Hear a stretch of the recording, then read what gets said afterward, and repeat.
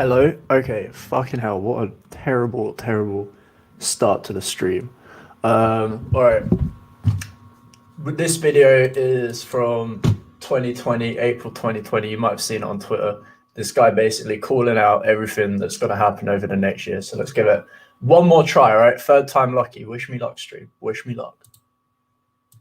Don't need a mask. The mask is about compliance, but they know Canadians like to do what they're told, so they tell you have to wear a mask. Next, they're going to tell you have to contact trace. Then they're going to tell you have to take the vaccine. And because Canadians like to do what they're told, they're hoping that everyone just complies. And then guess what, kids? Once you take your vaccine, like a dumb person that doesn't know any better, they're going to tell you, sorry, the vaccine isn't as effective as we thought it was going to be. So now you still got to wear a mask, still got to get contact traced, still have all the restrictions and social distancing, and still take your vaccine. And then what did you get out of all of this? You got a whole year where you weren't allowed to travel, your business was closed, they took your rights and freedoms, they forced a vaccine on you, and what happened? The same amount of people died, everything is the exact same, and now they're going to put you back on lockdown and bring it all the way till July of next year so they can do the same thing again. Bring you from July, August, and September, getting you off lockdown, but just to bring you back on lockdown again. If you idiots haven't figured it out yet, it's a perpetual cycle that you never get out of. And it's a way to take your rights, your freedoms, close your business, take your wealth. Why? So you become dependent on government. Why? If you're independent, the government works for you like it's supposed to. If you depend on the government to give you a paycheck to feed your family every month because they closed your business on you, now the government doesn't work for you. The government rules you. So instead of a middle class, we have the government, upper class, and the lower class dependents that rely on the government to survive. In other words, we have a slave class. And that's what they're trying to do. It's that simple. All right, thanks a lot, Chris. So all of that is pretty on point stuff, actually.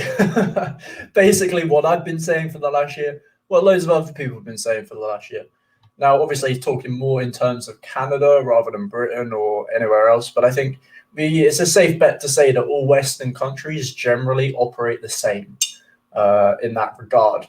They all get their orders from a higher power, and it ain't God, I'll tell you that. Good morning, everybody. Welcome back to the Full English Breakfast with me, the Reaver. Just have a sip of my ice cool, fluoride-free filtered water there. And we'll say our hellos. We'll see who's in chat. Good morning, everybody. So over on DLive, we've got Fat Gerther, who's given us a follow. Guy Fawkes is in today. He says, anything happening today? Well, Guy Fawkes, there's not an awful lot in the news, or at least not a lot in comparison to the last couple of weeks. We have had a hectic few days to kick off the year with. And unfortunately, it seems to have quietened down. Maybe it's just me. Maybe it's just the news I can find. I can't find anything particularly juicy, although there is a very juicy article coming up. You could call it that for sure.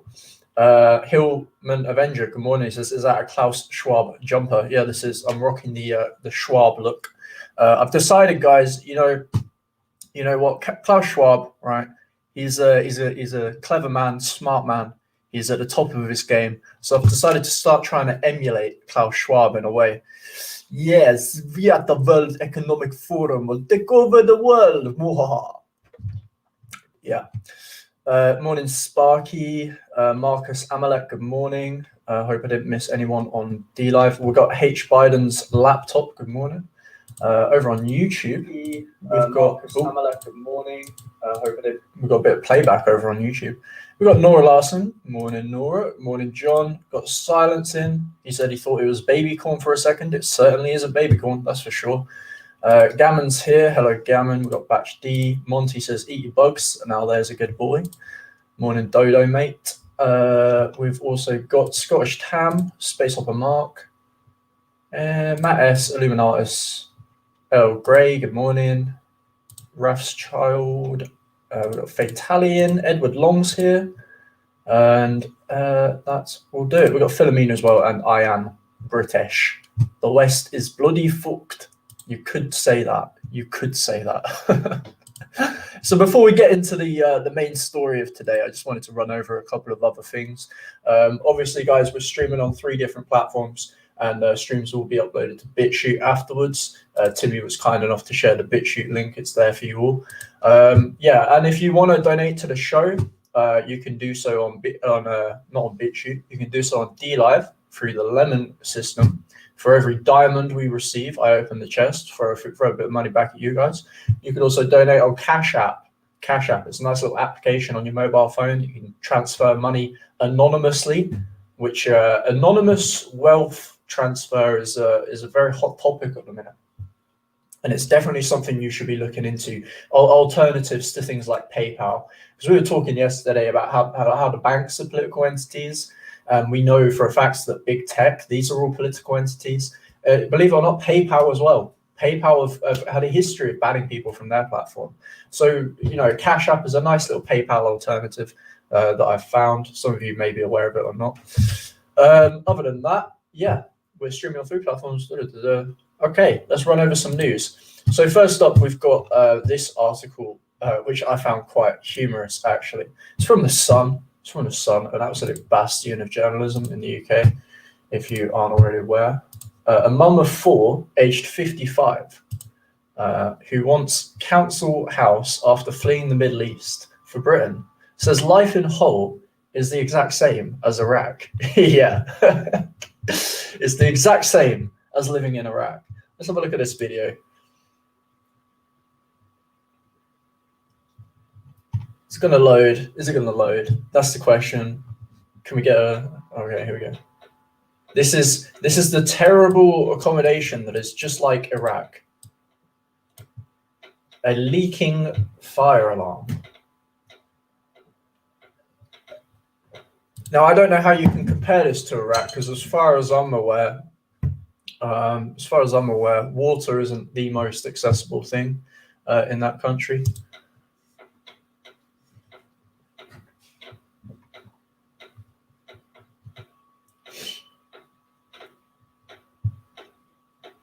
That's hilarious.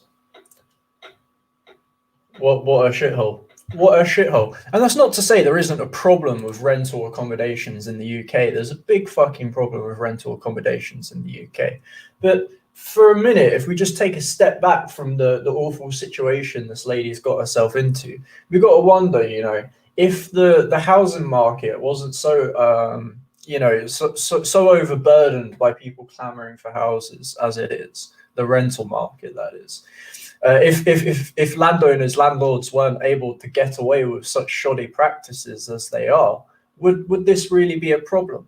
We've got to ask, what are the factors that are causing low quality rental accommodation, right? And this lady, whether she's aware of it or not, is a contributing factor towards that. Mass immigration has been absolutely disastrous for house prices and for rental in this country. It's one of the key leading factors in driving down the quality of rented accommodation and driving up the price. She did, like, I think it fails to register that the whole reason that this flat exists in the state it does is because she's come over here and taken up, driving the prices up, taking up places that could be for British people. I mean, we all know this. I mean, at the end of the day, am I supposed to feel bad for her? Am I supposed to feel bad for her? Look at her, it's moldy. I don't feel bad for her. She come here of her own volition. She came to this country of her own volition. And now she's crying about it. Wow. It's not enough. Well, what is enough then, my love? What is enough for you? Itesar Hassan and her 4 children were moved to Hull by the United Nations in 2012 after fleeing war-torn Iraq and Syria. She says she has developed health issues due to the damp. Oh, how terrible. Well, I mean, look, for a starter, okay, and this is something I don't know if she's realized yet, right? You can get a scrub, a brush, a steel wool brush, bit of soap, bit of water, and you can clean that up. It'd only take me a couple of hours to clean all that. It would also help to start picking up your mess. Look at all these bottles. Why have you got a house full of empty bottles? Why don't you clean up after yourself? That's step 1 to living in a hygienic environment, which your health is a knock-on effect of that is clean up your mess. Clean up your mess. You're not right. I get it. You come from a war-torn country, from Iraq and Syria, right? It doesn't prevent you from doing a little bit of housekeeping every once in a while. I'm not saying you need to be OCD about it. Just the basic level of cleanliness, right? It's next to godliness. I don't know if they teach them that in the Quran, right? But it's something that we bear in mind here. Since arriving in the city, she claims she's now bedbound after enduring painful health troubles and squalor. Speaking from her bed, the sickly mum said, "All of our relatives were killed in the Iraq war. So when we moved to Syria, where we were provided with food and shelter from the United Nations, after war broke out, we were brought to Hull as we were under the threat of being killed, and we had to escape for our lives." Well, there was a lot of countries you could have escaped to. I wouldn't recommend Britain. But rather than tranquility here in Britain, Itensar says, her life in Hull is in fact hell. When I think about Iraq and Hull, they are the same to me. When I came here, my health conditions worsened and are getting worse day by day in this house. I cannot walk, talk, or eat due to the conditions I'm living in. All night long, I worry about the house. I don't know how it prevents you from talking. You may have some sort of respiratory issue. And listen, if you've got a respiratory issue, I recommend going and getting the COVID vaccine. In fact, I recommend it for all immigrants to this country. Go and get vaccinated. As soon as you step off that plane, you get yourself to a vaccination center. You just pump that shit into your veins because it's for your own good. The family said it was placed in the refugee council by the refugee council to their private rented house in West Hull on their arrival in the city 8 years ago. I told them that their house is freezing, but they didn't do anything because they're under no obligation to. We have no heating and no maintenance work has been done on the house in the past 8 years. Like, right, listen, okay, this is a bit of life advice from a 21-year-old. I know you're 55, my love, and I know you're a mother of 4 children. You may have a bit more life experience than me, but let me impart some wisdom on you, okay? Since I moved out, I've always lived in rental accommodation. I don't own my own house, right? And when there's an issue with the accommodation I'm renting, I fix it. Okay, I have a little thing called motivation, a little thing called autonomy, right? I fix it, and if I can't fix it, I call my landlord. I get him to fix it, right? You know, I've had leaky roofs. Do you know what I did? Got a ladder and I fixed the leak. And then I called my landlord up and I said, "You're welcome." I won some brownie points, right? You know, when there's mold in the house, it happens. It happens. You clean it up. You just clean it up. It's really not that difficult. Oh, you've got no heating. You've got no central heating. Oh, wow, right? Go down the shop. You can buy an electric heater for about 15, 20 quid. And that'll warm you up. Yeah, it'll warm up a room at a time, but, you know, it's cheap. It's not hard. I guess it's hard for someone who just doesn't understand how the world works. Maybe that's so. Thinking that you can just come to Britain and live like a king, it's insanity. It's delusion. It tells me that your IQ level is probably in the single digits. Whole horror. She says, "I open the window at night because I can't breathe from the damp inside the house." That's probably why your house is cold. It's the middle of winter. Why are you opening your window at nighttime? I mean, it's January. I keep my windows closed during the day. I have a draft excluder under the door. You're not in Iraq anymore. This isn't a hot country. I'm sorry. You just don't open the window at night, right? I told them that the house is freezing, but they didn't do anything. We have no heating and no maintenance work has been done in 8 years. I fell down the stairs in the house, which has led to me needing to have my gallbladder operated on. I don't think I fell over since I was about 10 years old.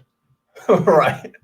Maybe it's different for a 55-year-old woman, but it's very rare that I fall down the stairs, right? Very rare. You should probably look where you're going.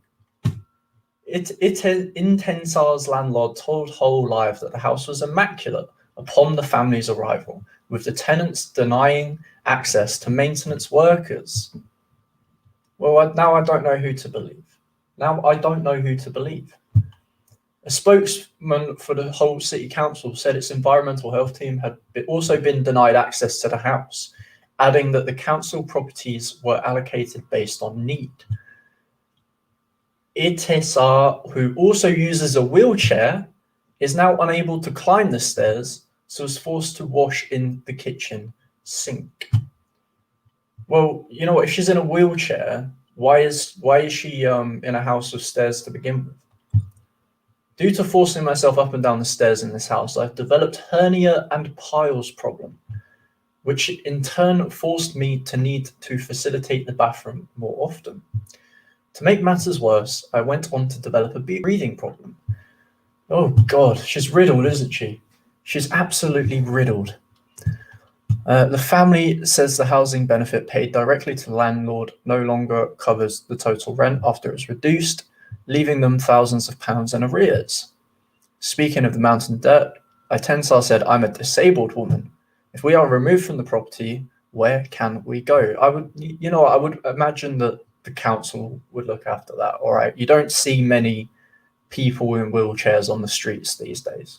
If there's one thing the British government is good at, is putting people on welfare, is putting people on benefits. All right. And that, in my opinion, they're putting the wrong people on welfare and the wrong people on benefits. They're looking after the wrong people. But you can't, they do look after them. You can't take that away from them. You know, I just think, in regards to this woman, in regards to, I mean, look at this.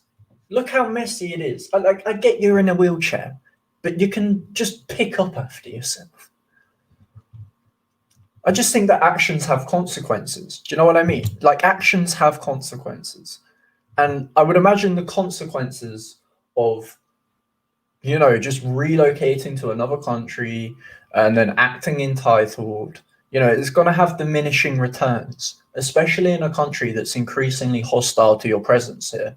You should probably think, you know, once or twice before you try and get in the news acting entitled like this. You're not entitled to anything. I don't care that you're a Muslim. I don't care that you're disabled. You're not entitled to anything. The rules of nature is that the weak perish, you know. So you better strengthen up a bit, Itensar. I mean, that maybe that's a bit harsh, right? Maybe that's a bit harsh, but it's true. It's true. Let's read some comments. Over on D Live, Guy Fawkes says, I wonder what a Brit living in Iraq would get for nouts from the government. Yeah, I wonder. Maybe we'll do this, guys. Maybe we'll do this as a social experiment, right? I'll go to Iraq and I'll start begging the government for things. And when I don't get them, I'll act entitled and say that, you know, they're oppressing me because I'm white and Christian. And the social experiment will be how long before I'm beheaded in the market square. It would be quite entertaining. Maybe I'll live stream it.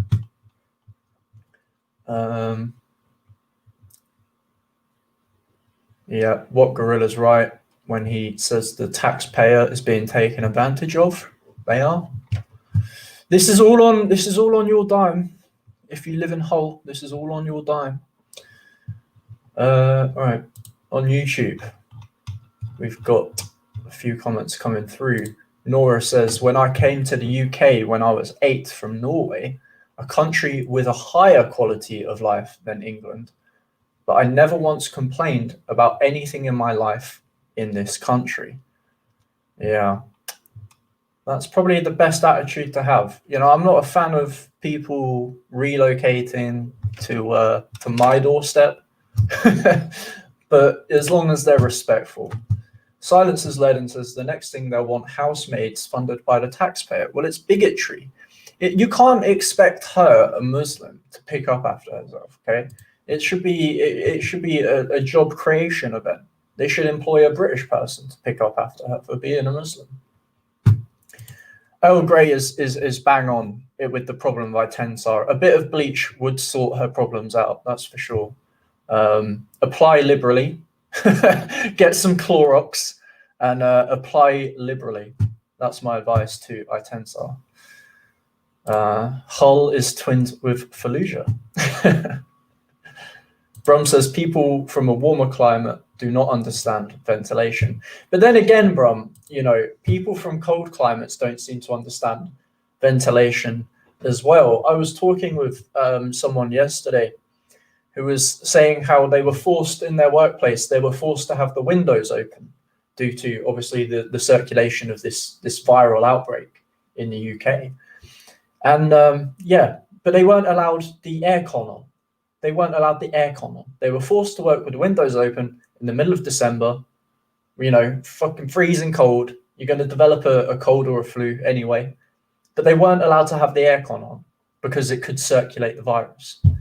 You know, I think people in general just don't understand the way ventilation works.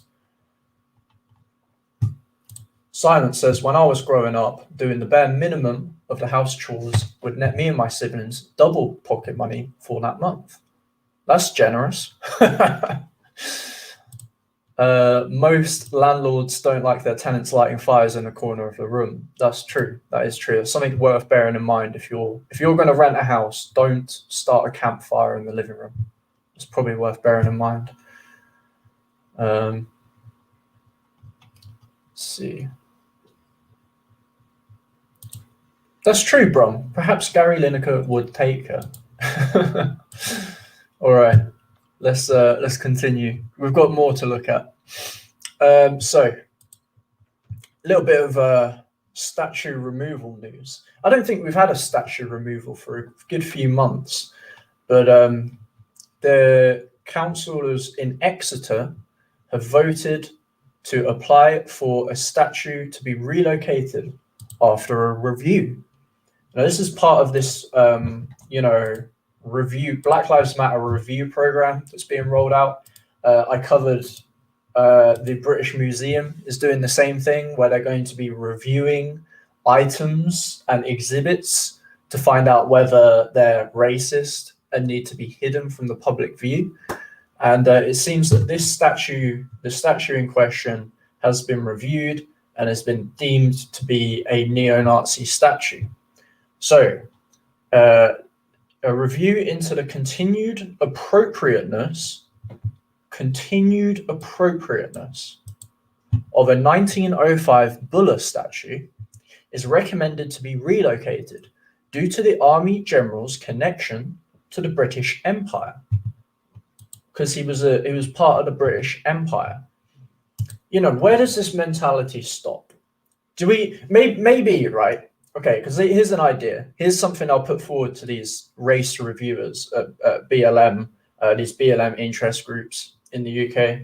Okay, the country of Britain, right, is related to the British Empire, right? The British Empire was a part of the Britain and British Empire. They're both the same thing. So we need to relocate Britain to the middle of the Arctic Ocean, right? So it's too expensive for people to emigrate here. We need to relocate Britain because Britain is connected to the British Empire. Well, where are you going to relocate it to? What if it offends? What if you hide it in a cupboard, right? And it offends the spider that lives in that cupboard? Have we got to relocate it again? I mean, where does it go? How far do we go to hide this? Do we dig a hole in the ground 2,000 miles deep and bury it? I don't know. The authority is considering moving the statue to another site with information boards put up. The decision is subject to it being approved by a further council meeting. Any relocation would need planning permission, which would involve public consultation. Health and safety concerns about its location outside Exeter College were also raised after a young man died after climbing the statue in 2017. Yes, a guy climbed the statue of his own volition and fell off and died. Well, that seems like his fault. This is another thing, if we're not just talking about the obsession with race relations or BLM or the appropriateness of a statue, can we at least talk about the obsession with health and safety? If a guy climbs up a statue and falls off and hits his head and he dies, it's not the statue's fault. It's the dude's fault. He shouldn't have climbed up a statue. If I jump in front of a bus, if I jump in front of a train and I get turned into a thin paste, is it my fault? Is it the train's fault? It's clown world, man. Clown world. Inappropriate. Dr. Todd Gray from the University of Exeter said General Sir Redvers Buller was a very straightforward, wealthy, elite empire man. Goals. Who has distinguished himself in the army in the Boer War in South Africa in the 1880s, before his competence as a leader was criticized. It's part of that public humiliation of him being thrown out of the army that produces this statue, which is one of the most iconic in the Southwest. It is a tremendous statue, he said. He added that the triumphant nature and prominence of the statue outside Exeter College annoys some people. Well, the prominence and the nature of Black Lives Matter annoys me. So can we relocate Black Lives Matter out of this country? Oh no, you're white, you don't have opinion. I forgot, guys, I'm white, I don't have opinion. Exeter City Council said the Buller statue has become a cause of some public debate, not only because of the man it portrays, but also because of the names carved on the plinth of the colonial campaigns which sought to advance British imperialist interests in other countries. The statue and plinth are grade 2 listed. As such, any relocation or changes made to it require formal listed building consent. And it will cost a minimum of 25 grand, which I would imagine will be funded by the Exeter taxpayer people. So that's an interesting article. All right, let's see. It is the fascist passengers' fault. It is all the fascists' fault. Do we remove the statue of Horatio Nelson next? He was also connected to the British Empire. Also, I'm from the Southwest, but I never got a say in this. It's because you're white, Nora. It's because you're white, and therefore your opinion doesn't matter. But as for removing the statue of Nelson, yeah, it's probably on the list. It's probably up for review, that's for sure.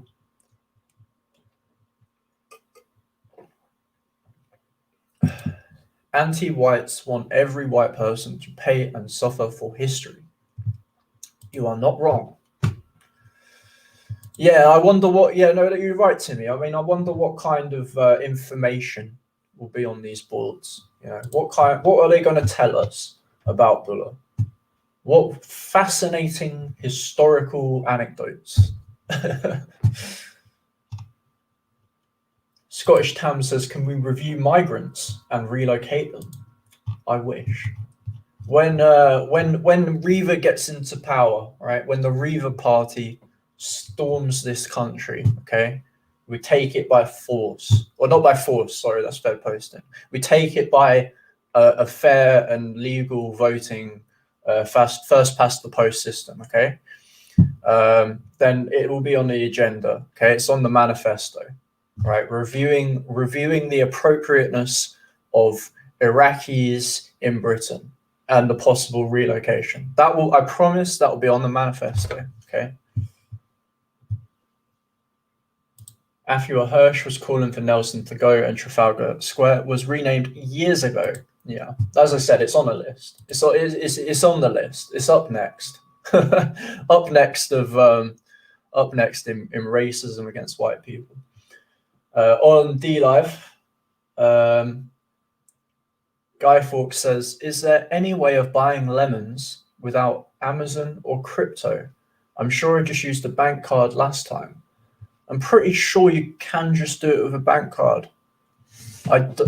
Maybe they've changed their payment system. I'm not sure. I know they accept crypto. But the last time I bought any lemons was several months ago. But that was with a bank card, so you should be good, man. You should be good. Let me know though. Let me know. It's worth knowing. I'm not putting too many eggs in the D Life basket these days. I was pushing it a lot few weeks or months ago, but it looks like they banned Nick Fuentes. There was someone else that D Live banned as well. Now I'm not sure if they're doing this just for damage control reasons, just to cover their own ass, or whether they're actually, they've actually bought into that side of ideology. As far as I was aware, they're fairly free speech, but it seems we're not going to be safe wherever we are. We're not going to be safe wherever we are unless we host our own servers or our own platform, our own streaming service. You're going to struggle. But then even then, it's very easy for someone like Google to delist you from the search rankings. Very easy. Vince James and Ralph Retort. Yeah, it was Ralph Retort that I heard about. I didn't know Vince James had been taken down as well. It's not very good. Future generations will look back at this time and call it the Great Insanity. Yeah, we'll probably look at it the same way we look at the Dark Ages, right?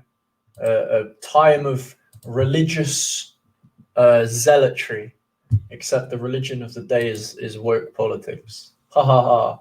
I'm like a Breitbart journalist.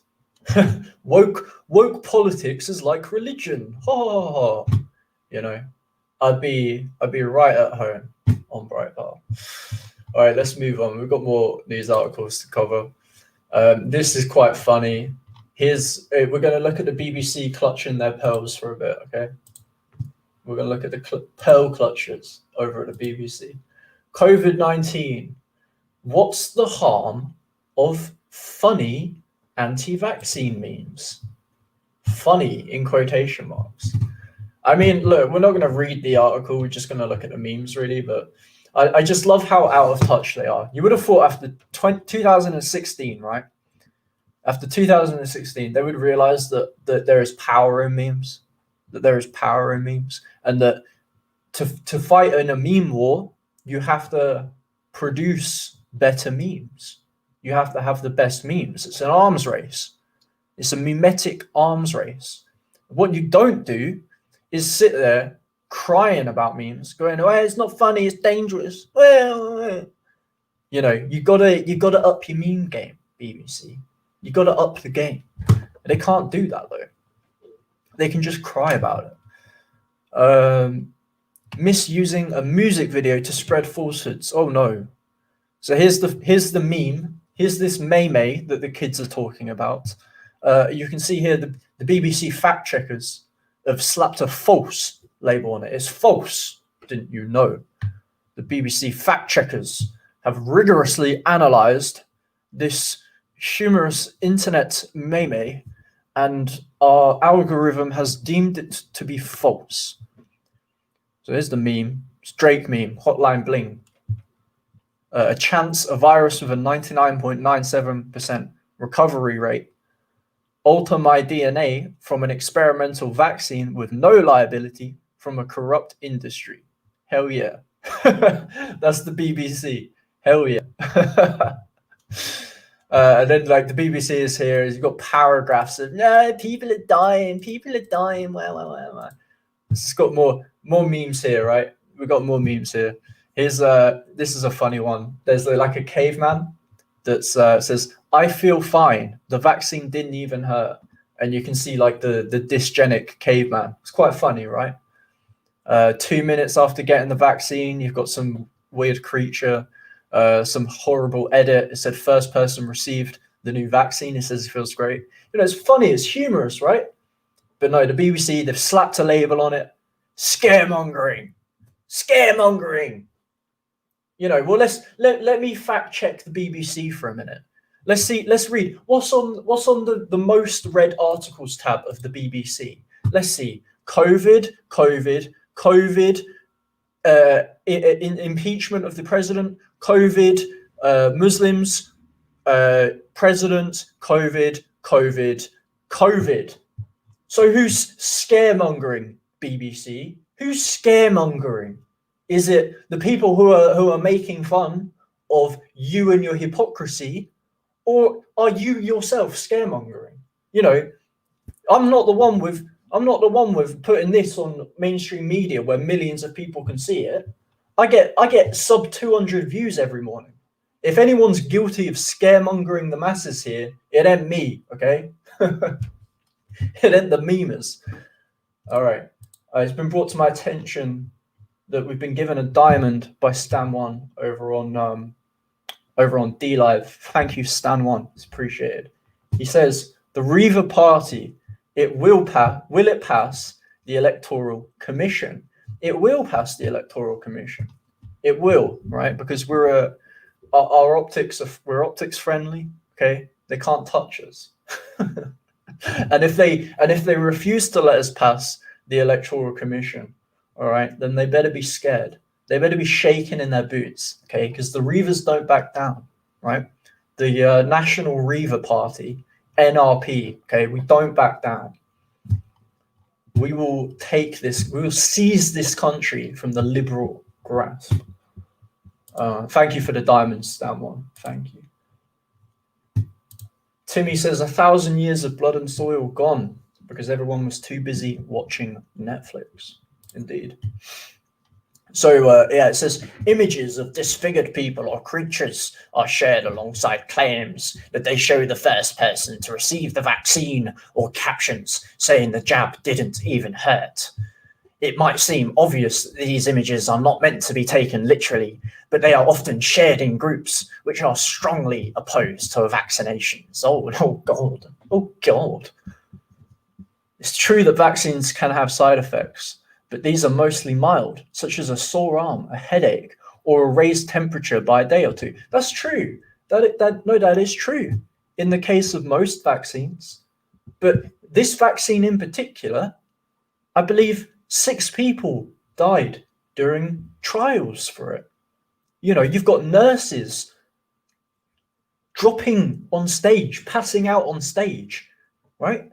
You've got videos circulated on social. I'm not sure. I haven't verified them. I don't know if they're true or not. But, you know, I've got no more reason to believe videos I've seen on social media than you of people literally convulsing. I'm vaccinated. You know, and we're expected to just put this in our arms, no questions asked. You're going to need to do a little bit better if you want to calm my nerves a bit. You're going to have to do a bit better than that. All right. Rather than debunking claims about microchips in the vaccine, something that's just obviously ridiculous, maybe you could address some of the more nuanced points of this debate, like why, for instance, does it usually take vaccines decades to be completed, whereas this one seems to be rushed out, faster than it takes me to go down the shops and back. Why is this? Maybe you could address some of these questions. Maybe you could address by the guy who's literally pushing hardest for this, Bill Gates, is a genocidal maniac, and he's banned from West Africa because he sterilized hundreds of thousands of women in West Africa. Maybe you could address that. Maybe you could address why Tony Blair, the fucking war criminal, the fucking maniac like Tony Blair, is being listened to on saving lives, the subject of saving lives. The government is taking advice from Tony Blair. Maybe you could stop slapping your mic reader. Maybe you could address that for a minute. Instead of writing an article about fucking memes. About memes. Misleading. You see here. I like that's one of my favorite memes. The clown meme, where he puts on the makeup. It's one of my favorite memes. That's probably the best one. That's the best one. Bill Gates with the Joker face. You want to know how I got these scars? Yeah. Oh, it's bonkers, man. It's just bonkers, isn't it? I love it. This is a subdivision of BBC News, right? BBC Reality Check. Reality Check. God, they're so pious, aren't they? They're so pious. Pious and self-righteous. Reality Check. Hey, boy, we're here to check your reality. You better check that reality, bigot. Oh, what a load of nonsense. All right, let's get on. The main one for today, the big one for today. We've got 10 minutes left. Yeah. The big one for today, the one you all came here for, is eating the bugs. So the EU has approved mealworms for human consumption to save the environment. Fantastic. I can't wait to have my mealworm breakfast. You know, in the morning, a nice bowl of mealworms, some milk, and a glass of orange juice, just to set you up right for your day. You know what I mean? There's no white pills here, Timmy. If you want white pills, you've come to the wrong place, my friend. Maybe I'll work something out for the end of the show. Maybe I'll give you guys a nice motivational speech. But for now, we're talking about eating bugs, okay? So yellow mealworms, which may have been enjoyed as a crunchy meal or in ground up as a protein powder, has been cleared for human consumption by the European Union. One of a series of insects being considered for the human food by the bloc. I mean, don't you use mealworms for fishing, right? You put it on the end of a hook and you fish with it.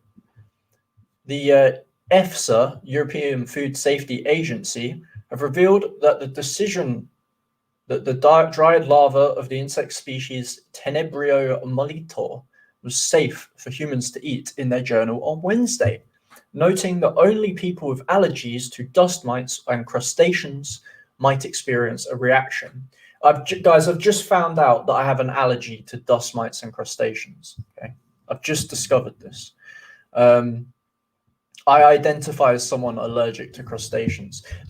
My question is, though, something that for all of human history, basically, except if you're some weird Southeast Asian fella, it's a general rule that you don't pick up little bugs and put them in your mouth, and it's for a good reason, right? You get sick. Not only is it not enough to sustain you, like the kind of vitamins, nutrients that you need to sustain you for a prolonged period of time. Maybe in like an extreme Bear Grylls situation, yes, you can pop a bug or two, right? And then wash it down with a glass of piss, right? Maybe in a Bear Grylls situation.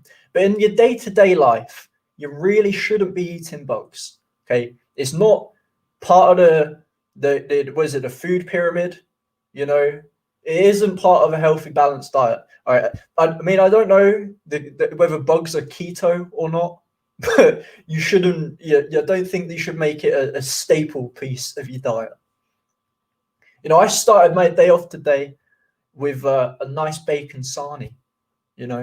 2 slices of bread, a few rashers of bacon, liberal application of ketchup. Perfect. I don't need any bugs. EFSA expert panel on nutrition member Dr. Helle Knutson was quoted by the body as saying among the investigators needed into new foods were nutrition, toxicology, chemistry, and microbiology, to name a few. The Guardian reported that the remarks of EFSA scientific officer Malos Vervires, who said of the decision, this first EFSA risk assessment of an insect as a novel food can pave the way for the first EU-wide approval. Our risk evaluation is a decisive and necessary step in the regulation of novel foods by supporting policymakers in the EU in making science-based decisions and ensuring the safety of consumers. And there's this is the meal that they've deemed to be safe. But look at it. You know, next time you go in down Weatherspoons, when the lockdown's over, obviously, you get the chance to get down Spoons for a bit. And, you know, you open up your menu, get a nice pint in, and you order this with your pint. Nice bug burger and chips. Yum.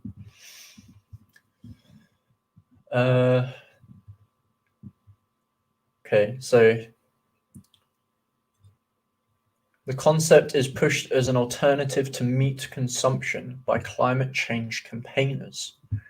The thing is, though, the problem with this is, and the reason I don't think, like, even if we was operating under the impression that eating bugs could save the environment, right? Even if we were operating under this delusion, the way capitalism works and the way big business works is they'd find a way to industrialize the mealworm market, the production of mealworms. They'd find a way to mass produce them. And I would hazard a guess to say that in a new emerging industry, there would be less regulation, allowing companies to perform more harmful business practices, which could cause more damage to the environment. Let's think, if 100 new mealworm factories spring up around the world, what's the environmental impact of that? Yes, you're not eating pigs or cows or what have you, right? But now you've got 1 million mealworm factories. You know, surely that will cause some damage to the environment. You know, I would recommend if they were really, if the World Economic Forum or if the EU or any of these people were so concerned about climate change, they'd give up their big capitalist jobs. They'd stop flying around the world every year, every 5 minutes for whatever Bilderberg, Illuminati, Freemasonic meeting they're doing in a back room, right? If they could chill out with the Freemason meetings for like 5 minutes and, you know, stop mass producing things, maybe climate change would go down.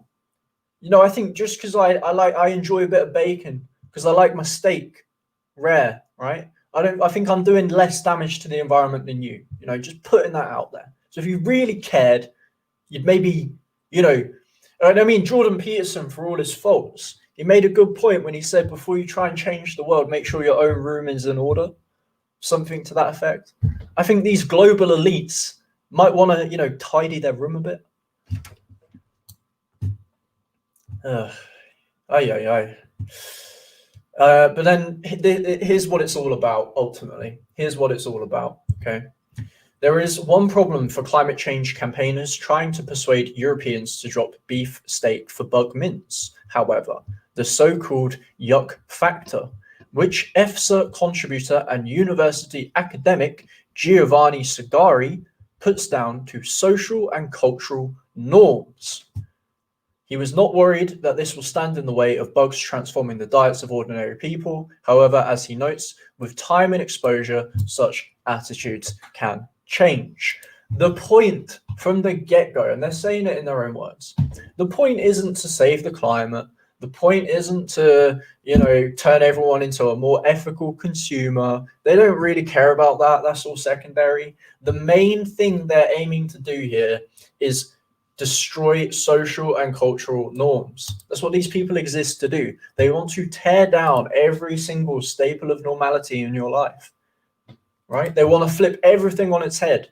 And they're almost there. They've almost done it, right? They've almost done it.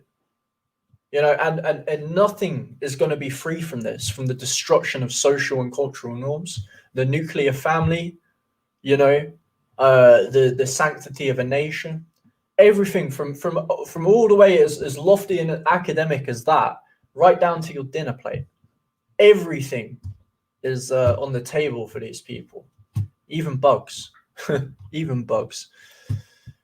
But there you go. There's your daily news roundup for today. Hope you've all enjoyed. And thank you all for joining me this morning as well. Thank you to Stan1 for the donation. Goes a long way, mate. Helps us keep the light on. It's appreciated. We're running up on the hour point. Fat Gerther says there's no globe.